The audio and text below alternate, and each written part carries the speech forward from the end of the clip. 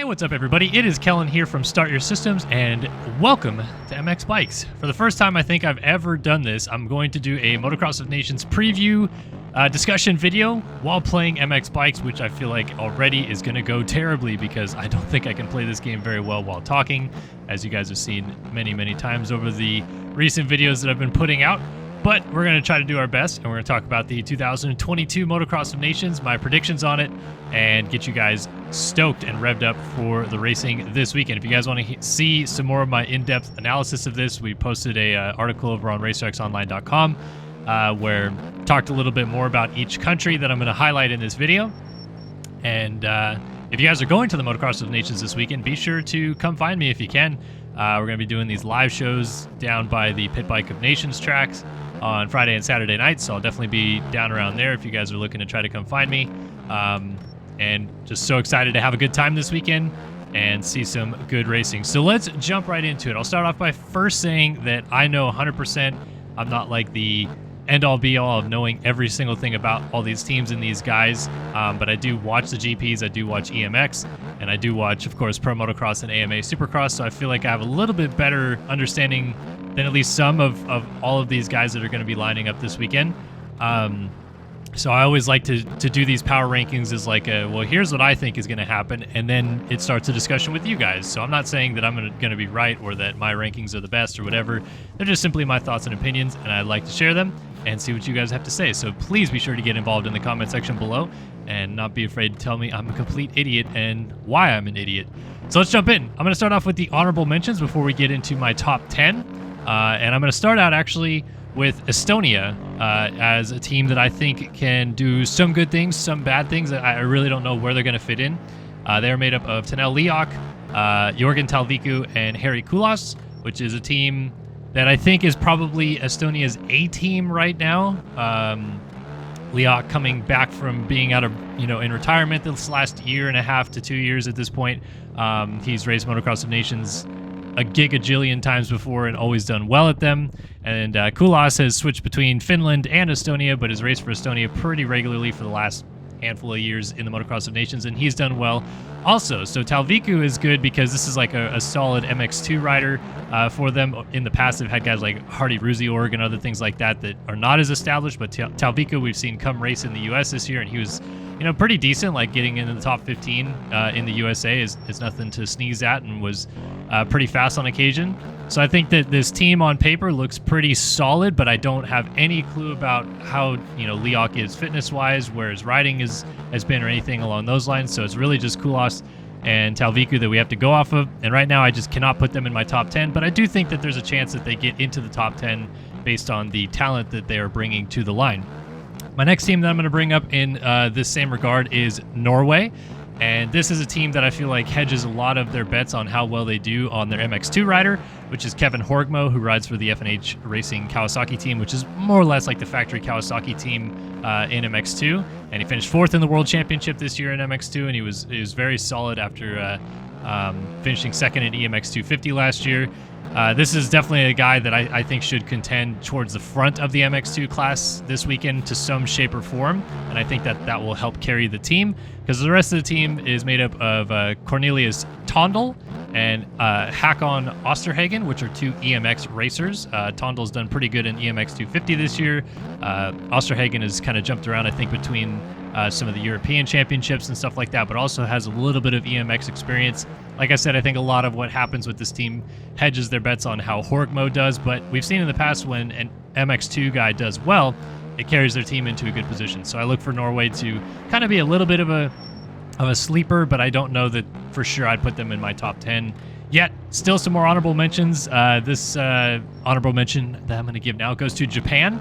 And just like with Norway, Japan gets my honorable mention here based on their MX2 rider, which will be Joe Shimoda, of course, Monster Energy Pro Circuit Kawasaki, representing Japan, arguably the favorite to win the MX2 class this weekend, with no Tom Vial, no Jet Lawrence, because he'll be in the open class for Australia, and no Jago Geerts, who will be in the MXGP class for Belgium. So I think put Shimoda as the favorite for the class. Hunter Lawrence will be in MX2 for Australia, but I still think I put Shimoda above him. So again, just like with Hortmo, I think that you have a team there that gets carried by their MX2 rider. With Japan, they're also going to have Yuki Okura and Kota Toriyabe, which are two, I think, more or less factory riders in Japan. One rides for Honda, the other rides for Yamaha.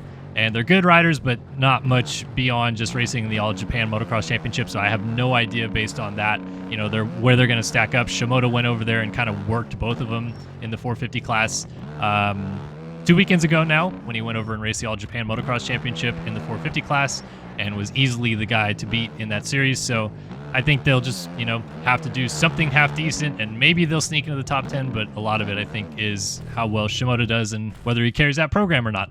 And the last honorable mention that I will give, another team that I think could easily slide into the top 10. I had them in 10th place in my power rankings until a little bit later on. I was like, you know what? I think I'm going to put another team ahead of them. But it's Team Switzerland, and they are Jeremy Seawor, Valentin Guillem, and Kevin Bruman. And Kevin Bruman and Guillem are both teammates on the Hostetler Yamaha program that races the Swiss Motocross Championship. Guillem is a multi-time Swiss Motocross champion, former runner-up in the MX2 World Championship as well. I think a lot of people know his name. Bruman has been in and out of the GPs of late. He hasn't raced consistently in them, but has done okay, gets some points finishes here and there, but isn't, bringing home tremendous results of any kind. Guillem definitely has some talent, but I don't know where he stacks up in the MX2 class. Currently, I think he'll be okay. I think you put him ahead of some other guys that are on some good teams, but I don't necessarily think that carries Switzerland into a good position unless he rides it a little bit better than I believe he could. And then, of course, Jeremy Seawor, who is the runner-up in the MXGP World Championship this year, won multiple GPs down the stretch, arguably in maybe his best form of his career right now. And I've heard from a lot of people that he really, really badly wants to win the MXGP class this weekend.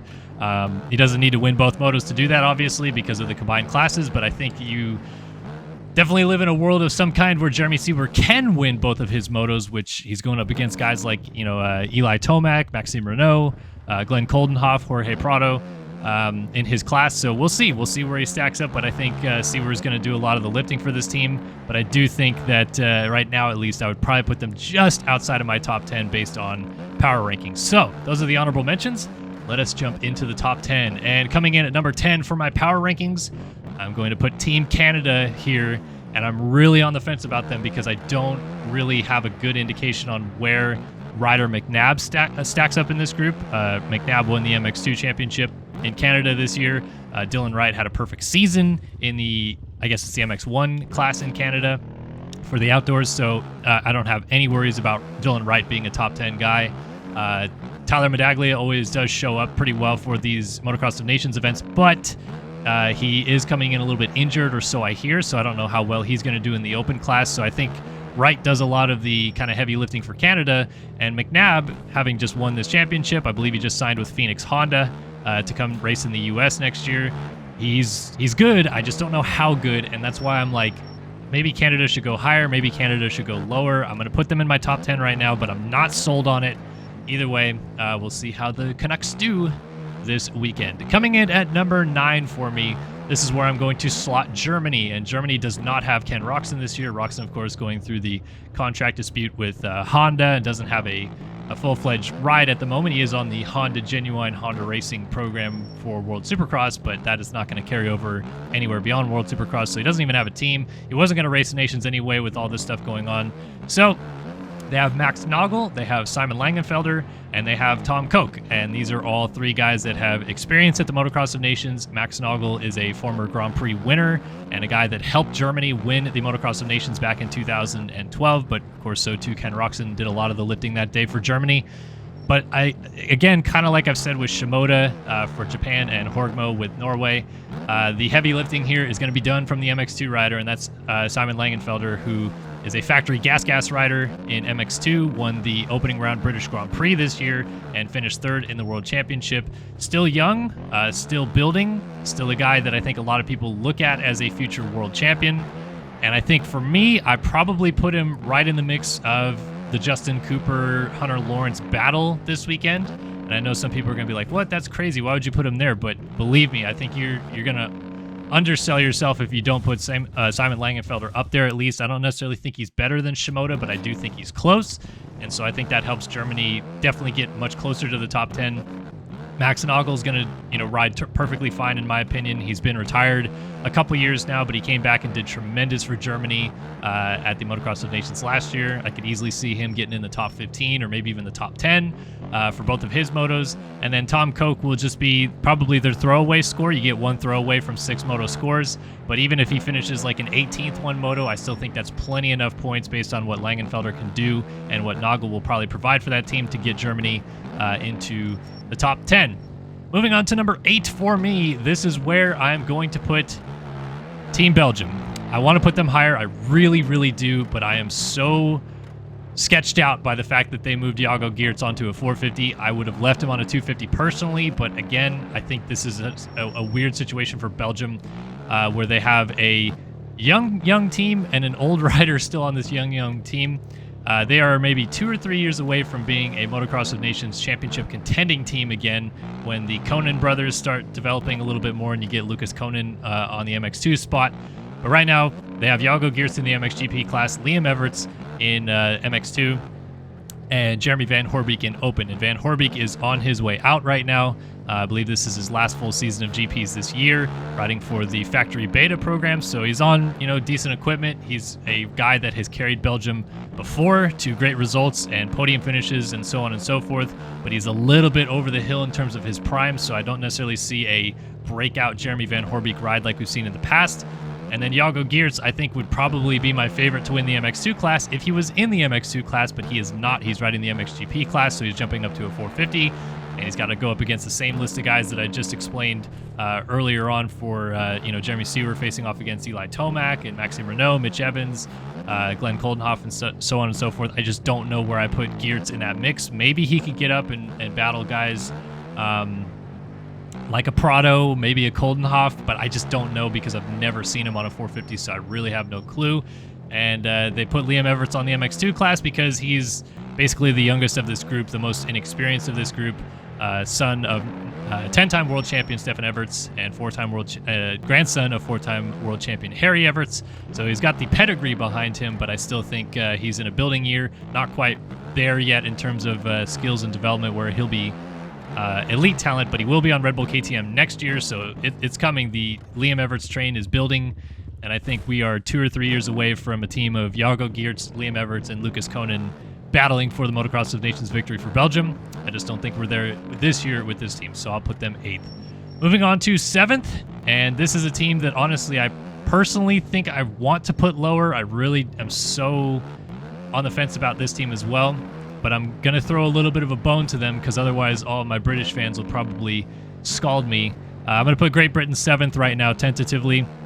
Dean Wilson in MXGP, Max Anstey in MX2, and Tommy Searle in Open.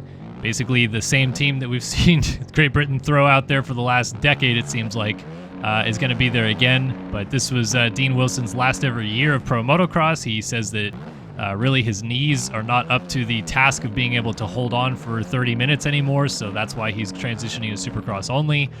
Tommy Searle just won another British motocross championship, and a lot of people say he's still elite talent, but we'll have to see whether that transfers over this weekend. And then Max Anstey's riding a 250 for the first time in about 6 years, so where does that fit in as well? It's kind of like another team we'll talk about here in a moment, and their MX2 rider, I just don't know kind of how Anstey slots into the current crop of riders, but if he does fit into a role similar to what he used to be able to do on a 250, then I think Great Britain can go higher. I think personally for me right now, though, I just have to leave them 7th because I think the top 6 teams are kind of like the clear top 6 teams in my opinion. So I think you guys are going to be a little bit upset about that. Maybe you wanted Great Britain higher, maybe you wanted them lower, I don't know, but that's where I'm going to put them right now. So let's move on to my clear and away top 6 teams, and I'm going to start with the reigning champions, Team Italy. I'm going to put them P6, and it's because I think that this team is not really the same level that they were last year when they won with Cairoli, Guadagnini, and Lupino. They have Cairoli and Guadagnini again, but Guadagnini's moved up to the 450 class. He's going to ride Open, and in comes young hot shoe Andrea Adamo, who is going to be riding the SM Action Gas for the last time this weekend. He's going to Red Bull KTM alongside Liam Everts next year.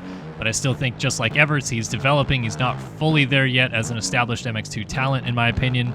So we need to see him develop a couple more years before I say that this is a team that could contend to win again. But by the time he gets there, obviously Antonio Cairoli will probably be well past his prime. We know he's past his prime, but I don't think that he's going to come out of retirement 3 years later and carry Italy to victory.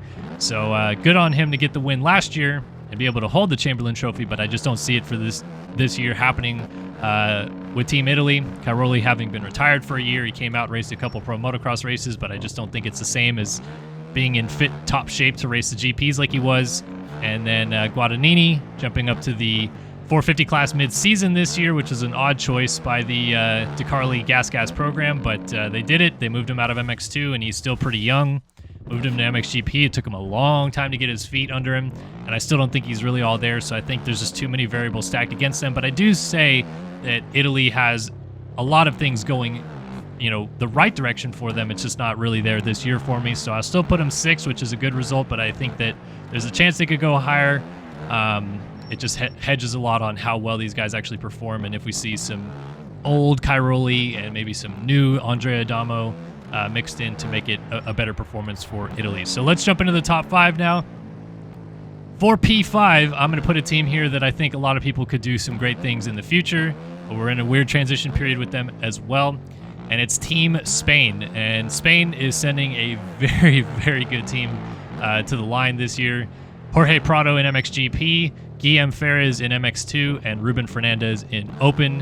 Of course, Prado, 3rd in the World Championship this year, won the, trying to remember which MXGP he won, but he won one of the GPs earlier this year. Very talented, obviously, young rider, multi-time MX2 World Champion. Probably should be contending more towards the front in the MXGP class, but had a rough year in this new form of the gas. So I think he's just kind of, getting used to it a little bit, but he's still very, very talented, and his starts are incredible. I think Prado is going to be a top 5 guy probably this weekend, in my opinion, in both of his races, so that'll be good for Spain. Ruben Fernandez just signed a multi-year deal with Honda HRC to be Tim Geiser's teammate moving forward. So he is trending upwards and had a good year, 8th in the World Championship in the MXGP series with 114 Motorsports. Another guy that I think is going to put Spain on the map in the next couple of years. And then Guillem Ferras, who not many people knew anything about until he was added to the Monster Energy Yamaha Star Racing roster towards the end of the year. Did a couple rounds, finished 6th in a moto at Budds Creek, just out of left field. Had done some EMX races in the for KTM in 2022, but really hadn't shown through as an elite talent. But suddenly comes out, rides tremendously well for Star, and allegedly has now signed a multi-year deal with Star Racing Yamaha through 2024. So he'll be racing the Nationals for them again next year. This is a team that we are maybe even next year away from saying this is a team that can win the Motocross of Nations, given that they basically have 3 factory riders now, and 3 riders that are all building still, in my opinion. I think Fernandez, in his first full year of MXGP, proved he's a worthy rider and talent in that class. Jorge Prado's a borderline title contender, maybe going to contend again next year. And then Guillem Ferras is now in a prime position to build his career into something truly special with Star Racing.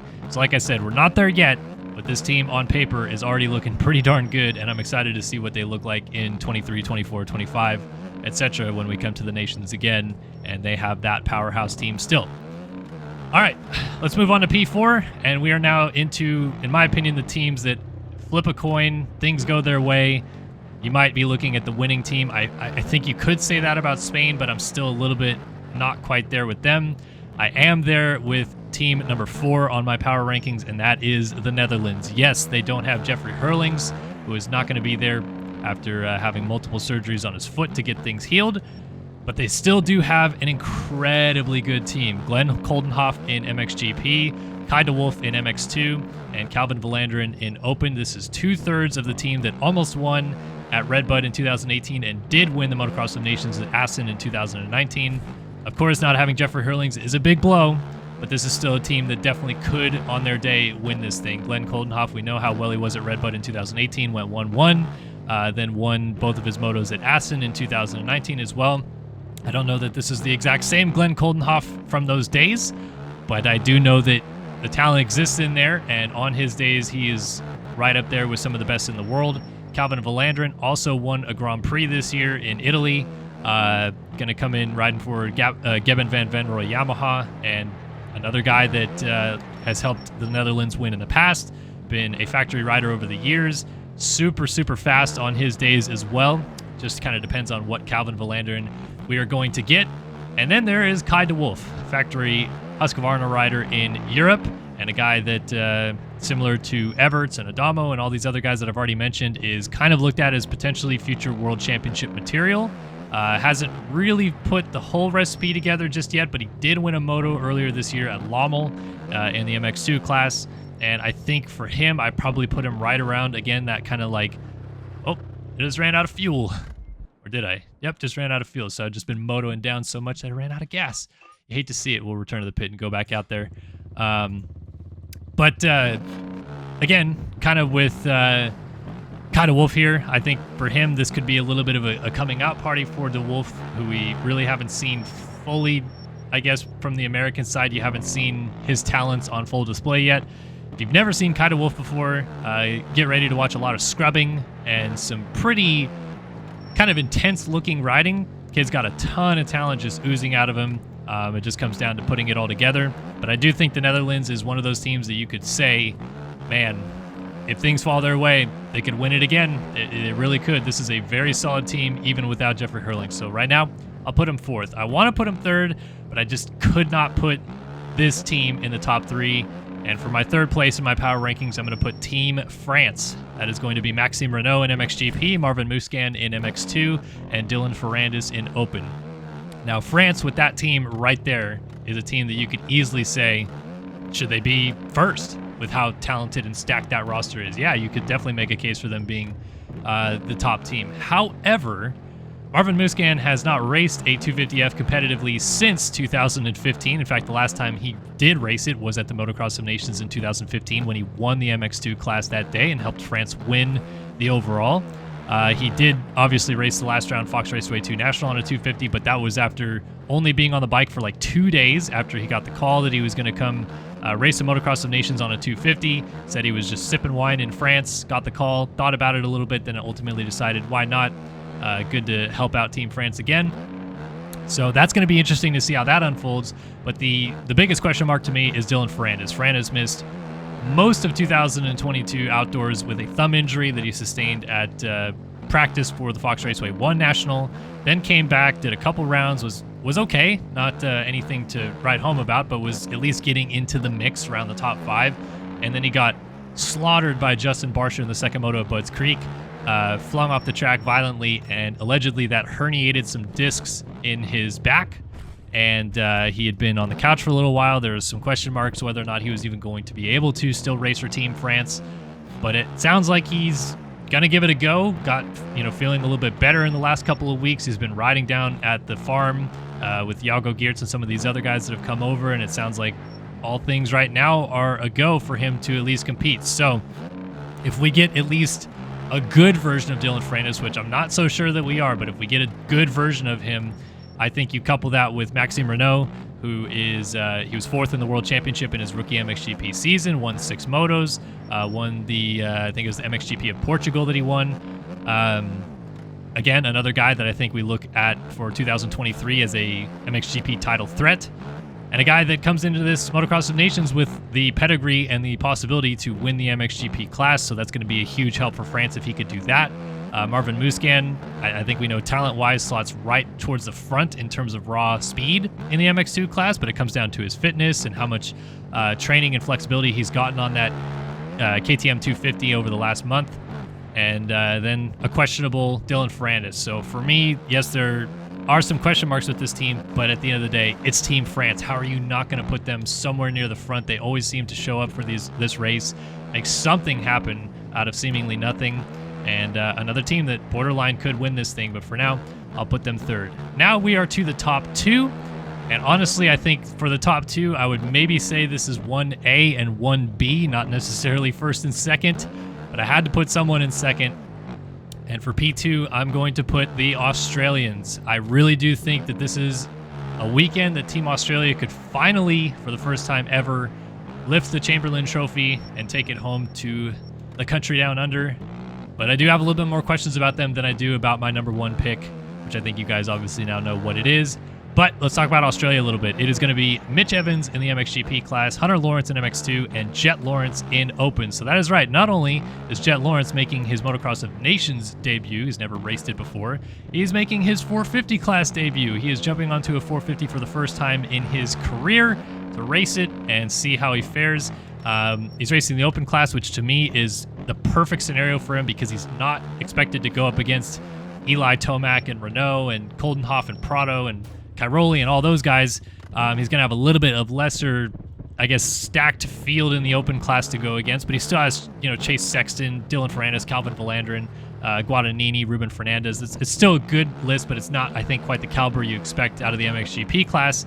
Regardless of which, I think the expectations are very high for Lawrence to shine through in his debut. We've seen this countless times at the Motocross of Nations where first ride on a 450 for a hot shoe 250 talent goes pretty well. Think back to Ryan Dungey, 2009, helping USA win in his first ever ride on a 450. Not necessarily saying that that's going to be the exact scenario, but I think that's a situation you could see happening where Jet Lawrence shines through in his first ride on a 450 this weekend. So we'll see, but I do think that they organized this team as best as they possibly could. Mitch Evans was the clear choice as the third rider on this team, in my opinion, at least for right now.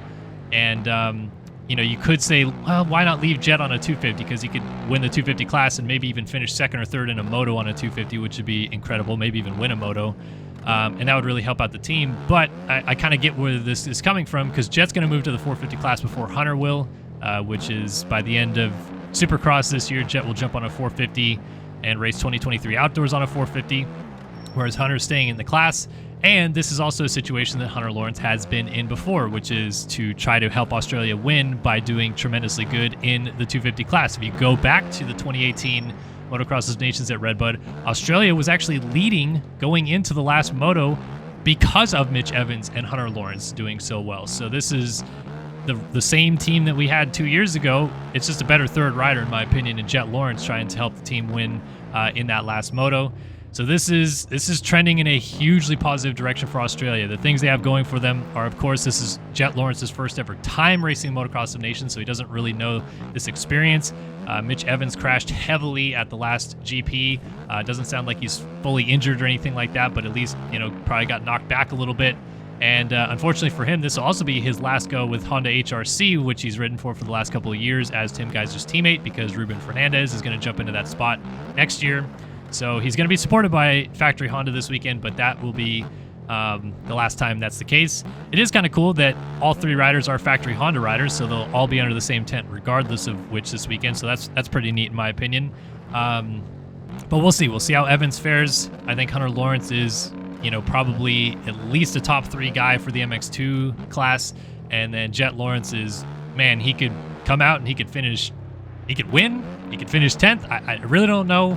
But I'm going to lean towards the more positive side of it because Jet Lawrence is a pretty one-of-a-kind talent. So I think I foresee some good things out of the old Jetson this weekend.